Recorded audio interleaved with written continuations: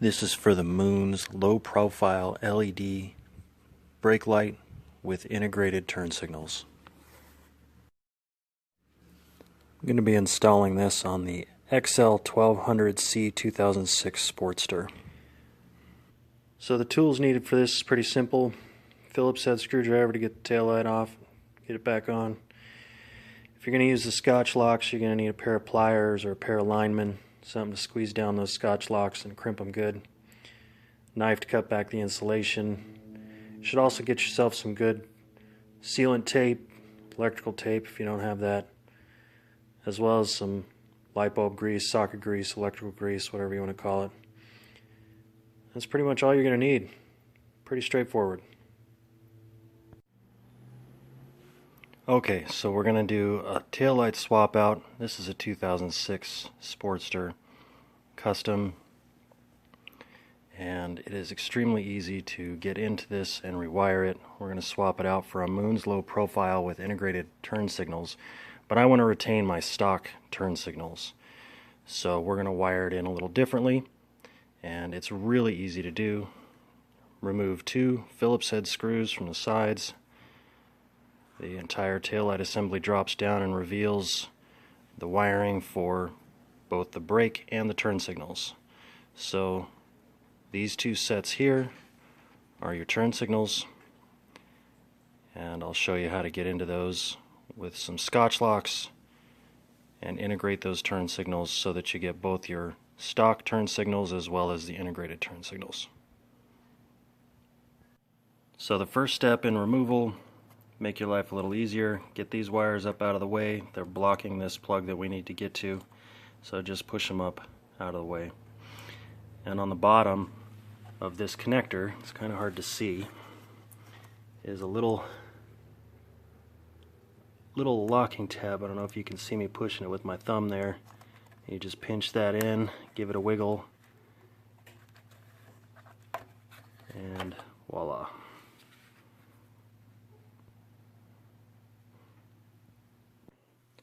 So here's the new taillight, Moon's low profile, pretty simple, lots of stickers. I got mine in red. They're available in smoked as well as clear. However, keep all the cagers off of me. I want as much visibility as possible, so went with the red. This is pretty simple, much more low profile. 3 connector sets. They plug right into your stock turns and your stock brake. But I want to integrate mine with the stock signals, so that'll be the next step. So what we need to do here is strip back a little bit of this insulation here so we can get some more meat on the wires.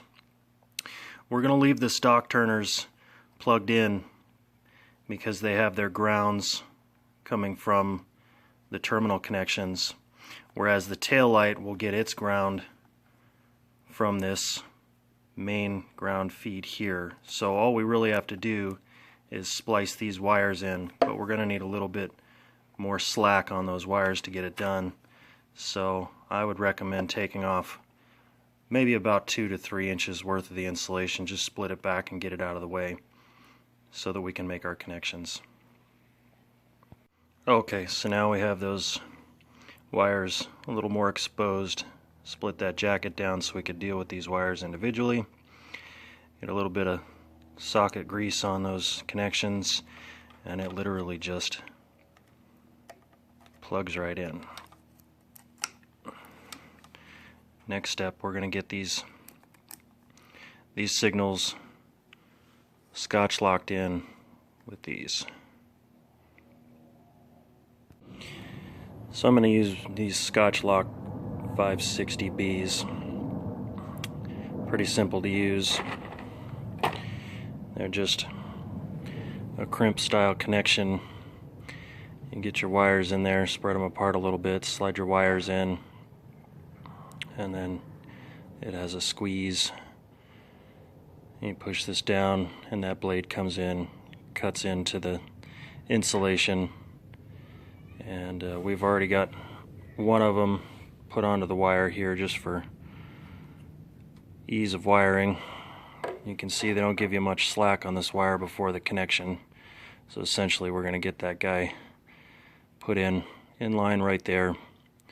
Gonna need both hands for this, so put the camera down for a little bit and get this guy crimped on. Okay, so here you can see I've got the connection made, a little tight, but got it in there. Try and get it down as low as possible to get into this recess area, so when we put the tail light on, there's plenty of clearance for it to go over the top. And you can see I went ahead and turned it on so you can see the integration. Both turn signals running. Wanted to give it a test, and here it is, nice and bright.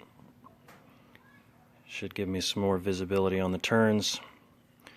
Next we'll go ahead and get the next one locked in. You're going to be using your brown for your right hand signal, green for your left.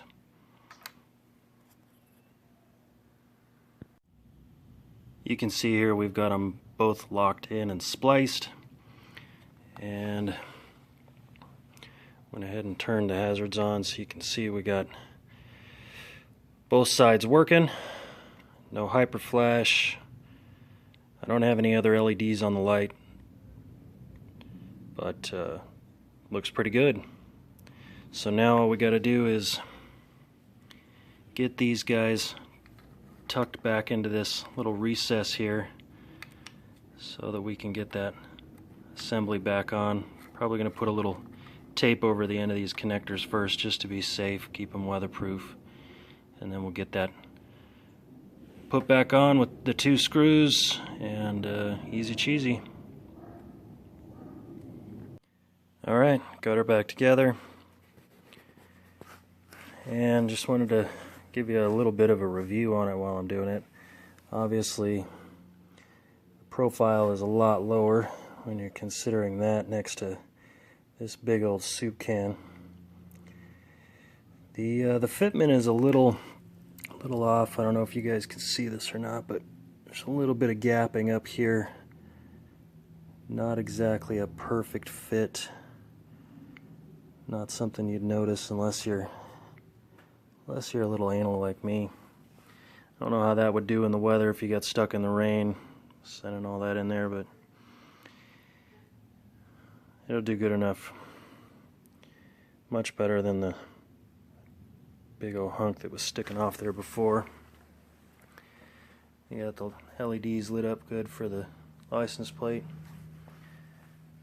Much better look. Nice and low profile. I think it's pretty visible. Good light on it. Alright, there it is. You can see on the before and afters the dramatic difference between the profiles on these taillights. The new taillight is much more low profile. Has a nice clean look to it.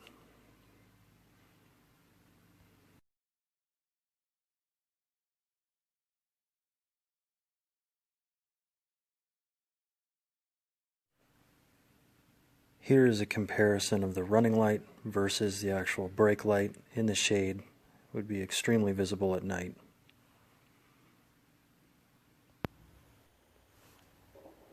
And here's a little before and after direct sun brake application.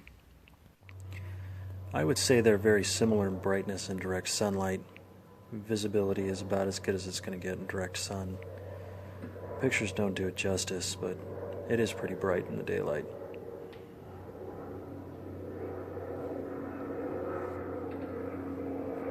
And there you have it. Hit me up with questions or comments below.